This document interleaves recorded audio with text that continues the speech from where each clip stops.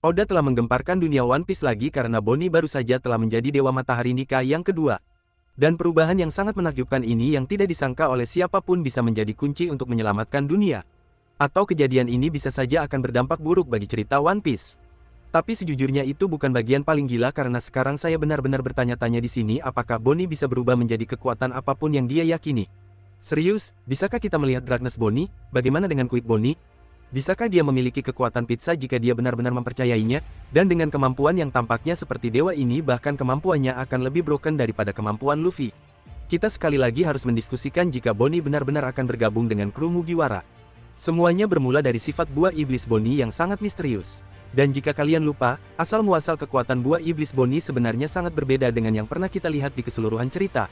Karena dalam chapter 1103, tepat setelah kilas balik Kuma, Saint Saturn hendak menghancurkan Bonnie, dan dalam adegan inilah kita juga mengetahui bahwa ibu Bonnie yaitu Jenny dibawa ke Mary Joyce untuk dijadikan istri ke-8 seseorang yang kita tidak tahu sampai sekarang siapa seseorang tersebut. Sosok seseorang tersebut mungkin saja Saturnus atau mungkin bangsawan dunia lainnya. Namun akhirnya Jenny malah menjadi bahan percobaan oleh Saint Saturnus yang mengakibatkan penyakit Scale Sapphire yang sangat mematikan. Tapi yang mungkin kalian juga lupa adalah bahwa Saturnus juga bereksperimen pada Bonnie dengan memberikan ekstra kekuatan buah iblis padanya. Dan sejujurnya, dengan segala sesuatu yang terjadi dalam rangkaian cerita dan chapter yang sangat gila ini, sungguh mudah bagi kita jika hanya membaca chapter ini, menganggapnya menarik, dan kemudian tidak memikirkannya lagi. Namun di luar implikasi ilmiah yang luar biasa dari proses ini, mari kita uraikan mengapa pemerintah memilih untuk menginjeksi bayi Bonnie dengan buah khusus ini. Karena hanya dari informasi ini saja berarti bahwa pemerintah dunia pernah memiliki buah iblis Bonnie yang sebenarnya. Dan dengan memasukkan kekuatannya kepada Bonnie, jelas bahwa mereka mencoba memproduksi secara massal kemampuan yang diberikan buah ini kepada penggunanya. Sekarang untungnya pemerintah tidak dapat memproduksi secara massal kekuatan seperti yang mereka inginkan, karena kami diberitahu bahwa begitu Bonnie diinjeksi dari sari buah iblis tersebut, pada dasarnya hukumnya sama seperti jika seseorang menggigit buah iblis maka tidak akan ada orang lain yang bisa mendapatkan kekuatan buah iblis itu. Namun yang jelas buah ini sangat penting bagi pemerintah dunia dan mereka tahu persis kekuatan apa yang akan diberikan buah ini kepada penggunanya. Sekali lagi, kita mengetahui hal ini karena Saturnuslah yang pertama kali memberitahu kita bagaimana kekuatan sebenarnya dari buah itu bekerja. Karena di chapter 1103 dia memberitahu kita bahwa buah itu dapat mengubah penggunanya menjadi keadaan yang sesuai dengan apapun yang dianggap mungkin terjadi di masa depan. Namun itu juga berarti kemungkinannya menjadi semakin terbatas seiring dengan semakin pastinya masa depan penggunanya. Jadi tentu saja jika Saturnus mengetahui cara kerja buah tersebut, maka dia pasti sudah mengenal pengguna buah tersebut sebelumnya dan melihat potensi penuhnya. Jadi tentu saja kita harus bertanya pada diri sendiri siapakah pengguna buah iblis Bonnie yang misterius ini sebelumnya? Apakah itu hanya subjek tes lainnya? Saya agak meragukannya, karena subjek tes kemungkinan besar tidak akan mengeluarkan potensi penuh dari buah tersebut. Jadi siapakah orang itu? Berdasarkan semua hal yang telah kita lihat di beberapa chapter terakhir, dugaanku adalah seseorang dari abad kekosongan pernah memiliki kekuatan yang sama dan menggunakannya untuk membantu mengubah dunia. Maksud saya pikirkan saja jika kekuatan ini memungkinkan penggunanya bertransformasi ke masa depan yang mereka yakini mungkin terjadi. Hal itu bisa menimbulkan konsekuensi yang cukup berbahaya. Namun tentu saja, skenario paling berbahaya terjadi jika kita memanfaatkan buah ini. Sekarang hanya untuk mengingatkan Anda, buah iblis paramesia yang dibangkitkan biasanya memungkinkan penggunanya memanfaatkan kekuatannya terhadap lingkungan. Ambil contoh Doflamingo di mana kebangkitannya memungkinkan dia mengubah lingkungan menjadi benang. Jadi ini bukan cuma spekulasi belaka. Namun jika kekuatan ini bekerja sesuai yang kita bayangkan, dapatkah kalian membayangkan jika penggunanya percaya pada masa depan di mana mereka akan menjadi petarung terkuat di dunia? Atau yang terburuk bagaimana jika mereka membayangkan sebuah dunia di mana tiba-tiba segala sesuatunya terendam banjir? Sampai di sini apakah kalian mengerti maksud saya? Dan tentu saja pemerintah dunia menginginkan akses penuh terhadap kemampuan gila ini. Sekarang perlu diingat sejenak bahwa tentu saja kita belum mengetahui batasan sebenarnya dari buah ini. Namun jika pengguna buah ini percaya bahwa masa depan yang penuh bencana bisa saja terjadi lalu siapa bilang hal itu tidak akan menjadi kenyataan? Maksudku, pastinya tidak ada yang mengira Bonnie akan menjadi Dewa Matahari Nika yang kedua sebelum chapter ini. Jadi sepertinya segalanya kemungkinan bisa saja terjadi pada saat ini. Namun, tentu saja tidak sesederhana itu. Pengguna buah itu harus benar-benar percaya pada hal-hal yang mereka ubah. Hal ini merupakan kelemahan yang cukup serius, seperti yang telah kita lihat, karena ketika Bonnie kehilangan kepercayaannya maka transformasinya menjadi sangat lemah, sama seperti ketika dia menyerang Saturnus di sini. Namun di sisi lain, ketika dia penuh keyakinan, sepertinya segala sesuatu mungkin terjadi jika dia mampu meniru kekuatan Nika milik Luffy.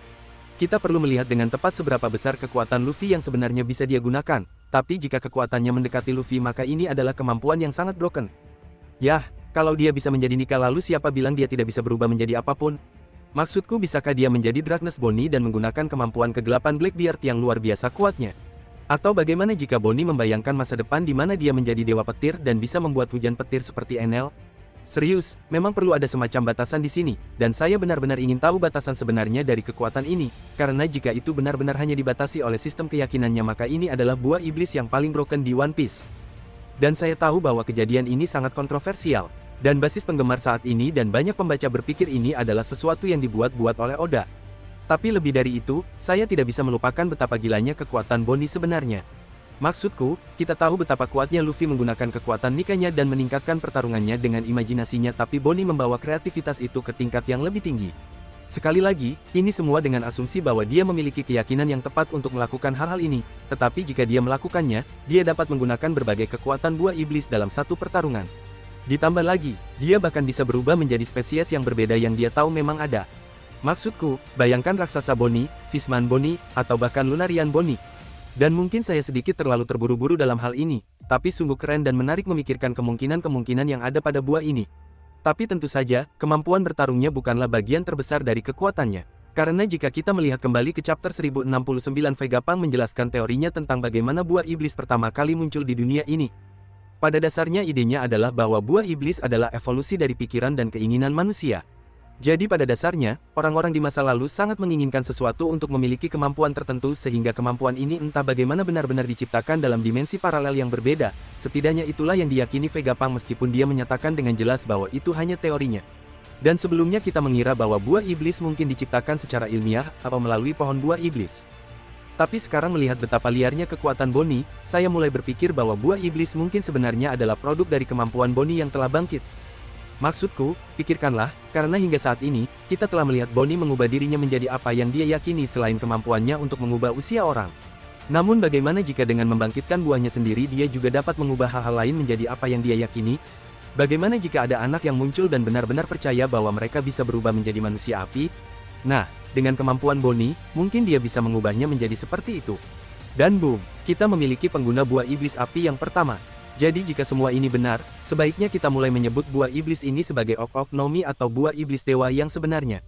Karena serius, mungkin saja itu adalah buah iblis asli atau kemampuan yang menciptakan semua buah iblis lainnya. Dan sekarang saya hanya membayangkan pengguna sebelumnya dari buah atau kemampuan ini hanya duduk di singgasana dan mengabulkan keinginan dan harapan orang. Kekuatannya jelas bergantung pada keyakinan pribadi Bonnie serta kekuatan harapan dan impiannya. Jadi jika dia diculik sekali lagi, atau jika dia kehilangan kepercayaannya, kita mungkin tidak akan pernah bisa melihat potensi penuhnya. Tapi sekali lagi, seperti melihat Luffy dan Bonnie di panel terakhir chapter 1118 membuatku merasa sangat bersemangat untuk kemungkinan masa depan cerita One Piece. Dan bahkan jika Bonnie bisa memanfaatkan buahnya dengan berbagai cara kreatif, maka tidak ada yang tahu seberapa kuat dia dalam bentuk ini. Misalnya, meskipun dia kini tampak telah berubah menjadi versi Nika yang sebenarnya, tapi bukan berarti dia secara otomatis akan sama kuatnya dengan Luffy. Meskipun Gorosei sepertinya merasakan kehadiran yang aneh di chapter ini, saya menduga aura aneh yang Gorosei rasakan itu adalah aura dari Bonnie, karena mereka telah merasakan aura Luffy sebagai Nika beberapa kali sepanjang arc ini. Jadi pasti ada potensi transformasi ini menjadi nyata meskipun dia tidak memiliki kekuatan yang sama dengan Luffy. Setidaknya itulah yang kita asumsikan saat ini. Tapi aku punya pemikiran lucu sekarang, karena jika Bonnie adalah Nika sungguhan dan dia bisa mengubah orang lain seperti yang kita duga, maka bisakah kamu bayangkan dia mengubah seluruh kru topi jerami menjadi Nika? Namun, ngomong-ngomong, semua ini membuatku bertanya-tanya mengapa para Gorosei di dunia ini mengusir Bonnie begitu saja. Karena ingat, Bonnie dan ibunya pernah diuji cobakan oleh Saint Saturnus sebelum mereka diusir begitu saja dari Tanah Suci setelah mereka mengidap penyakit Scale Sapphire. Jadi hal itu membuatku bertanya-tanya apakah mereka benar-benar mengetahui bahwa Bonnie memperoleh kekuatan buah iblisnya sejak awal. Maksudku Bonnie tidak menunjukkan kemampuan buah tersebut sampai dia dewasa, jadi mungkin mereka mengira dia tidak pernah memperoleh kemampuan itu sejak awal. Sehingga para Gorosei menganggap Bonnie sebagai eksperimen yang gagal. Itulah satu-satunya alasan yang dapat saya bayangkan mengapa dia diusir dari Mary Joyce, karena jelas kemampuan ini sangat penting dan sangat bagus untuk pemerintah dunia. Bahkan sudah menjadi hal yang berulang bahwa Bonnie telah melarikan diri dari pemerintah dunia dan mereka menginginkannya kembali seperti ketika dia akhirnya melarikan diri dari agen rahasia dan ketika dia ditangkap oleh marinir saat time skip. Jelas sekali mereka menginginkan dia dan kekuatannya karena alasan tertentu. Nah, siapa tahu mungkin pengguna buah iblis sebelumnya telah membuat Gorosei dan Imo awet muda. Atau mungkin yang terjadi justru sebaliknya di mana kekuatan Bonnie sebenarnya adalah kunci untuk mengalahkan mereka semua. Maksud saya jika Bonnie menggunakan kekuatannya untuk membuat Gorosei menjadi tua atau menjadi seperti bayi, menurutku mungkin mereka akan berubah menjadi debu karena kemungkinan besar mereka berusia ratusan tahun. Dan sekali lagi, kemungkinan itu hanyalah sebagian kecil dari pertanyaan besar seputar peran Bonnie di masa depan dalam cerita tersebut. Karena dengan terungkapnya Bonnie bisa menjadi Nika versi kedua, kini kita memiliki beberapa kemungkinan luar biasa yang belum pernah kita pertimbangkan sebelumnya. Coba pikirkan tentang ini, kami sudah lama berpikir bahwa kekuatan Nika adalah kunci untuk menggunakan apapun yang tersisa dari Joy Boy sebagai harta karun One Piece, dan kami dapat berspekulasi karena di chapter 1054 Shanks mengatakan sudah waktunya untuk mengambil harta karun tersebut. Dan dia mengatakan ini setelah Luffy membangunkan wujud Nikanya selama pertempuran puncak di Wano melawan Kaido. Dan tentu saja jika Nika adalah kunci untuk menggunakan One Piece, maka kita dapat dengan jelas menyimpulkan bahwa Luffy sendiri harus hadir di Pulau Laugh Tale untuk mengungkap rahasia dari One Piece. Tapi jika Bonnie juga bisa menjadi Nika, berarti ada lebih banyak kemungkinan lagi bagi siapa yang benar-benar dapat menemukan dan menggunakan One Piece tersebut. Karena secara teori, Luffy bahkan bisa saja mati sekarang, dan Bonnie bisa saja melanjutkan peran Nika dan memainkan peran itu untuk menyelamatkan dunia jika diperlukan. Dan saya tidak mengatakan menurut saya itulah yang akan terjadi atau bahwa Bonnie akan tetap percaya pada Nika jika Luffy mati. Namun setelah chapter 1118 kemungkinan ini secara teori kini ada dalam cerita. Tentu saja, kita harus melihat apakah detak jantung Bonnie juga menjadi genderang pembebasan seperti Luffy, karena sepertinya itulah kunci kebangkitan teknologi kuno seperti robot kuno. Jadi jika Bonnie tidak dapat menduplikasi Drum Liberation, maka pada dasarnya semua kemungkinan ini kemungkinan besar akan hilang begitu saja. Dan tentu saja, Oda cukup licik mengungkapkan hal ini di chapter tersebut. Bonnie hanya menjadi Nika setelah Luffy melakukannya, yang berarti kita tidak bisa memastikan apakah drum pembebasan yang didengar robot itu berasal dari Luffy atau dari keduanya.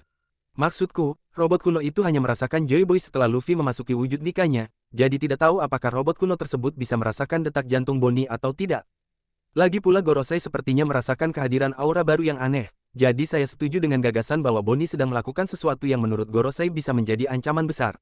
Jadi sekarang meskipun kita tidak tahu tapi hanya untuk bersenang-senang katakanlah Bonnie sekarang bisa menjadi Nika dengan semua kekuatan dewa yang sama seperti Luffy, lalu apa yang akan dilakukan Oda padanya selanjutnya? Tentu saja ada beberapa kemungkinan menarik di sini yang harus kita diskusikan.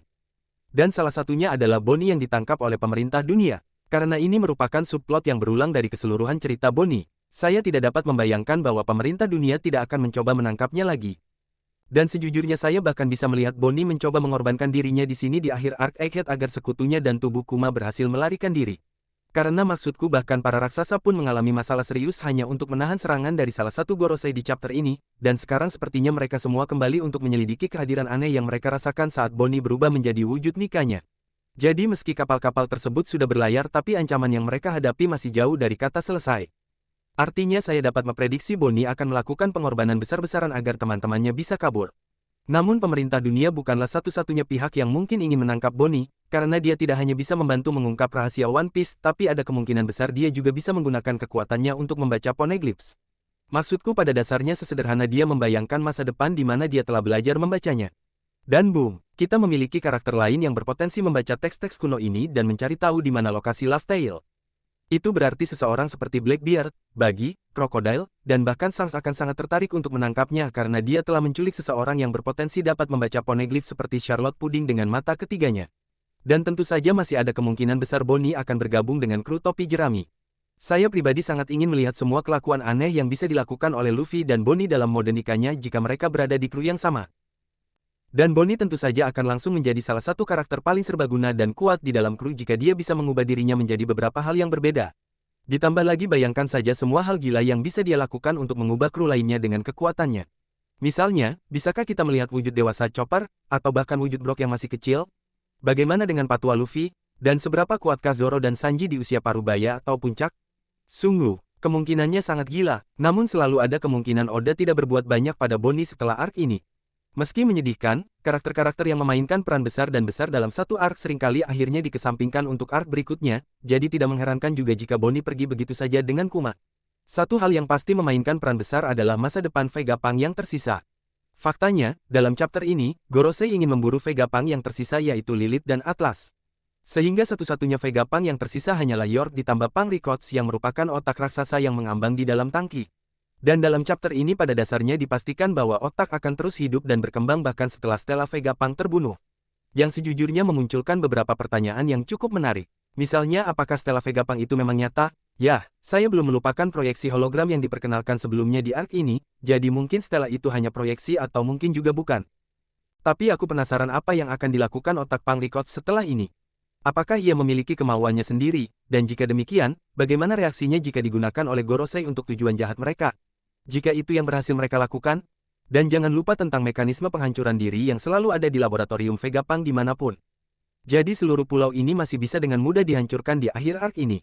Dan meskipun itu adalah salah satu misteri yang mungkin akan terpecahkan dalam beberapa minggu ke depan, tapi juga ada beberapa misteri paling gila dalam One Piece yang belum terjawab hingga sekarang. Yang sedang saya bicarakan adalah tentang misteri berbagai buah iblis Blackbeard, rahasia sebenarnya dari One Piece, dan bahkan telur besar dan misterius ini yang bahkan tidak pernah disebutkan satu kali pun. Jadi jika Anda ingin mengetahui semua rahasia dari misteri terbesar dan beberapa potensi jawaban yang sangat bagus, Anda dapat menonton video teori dan pembahasannya hanya di channel hatikumata.com.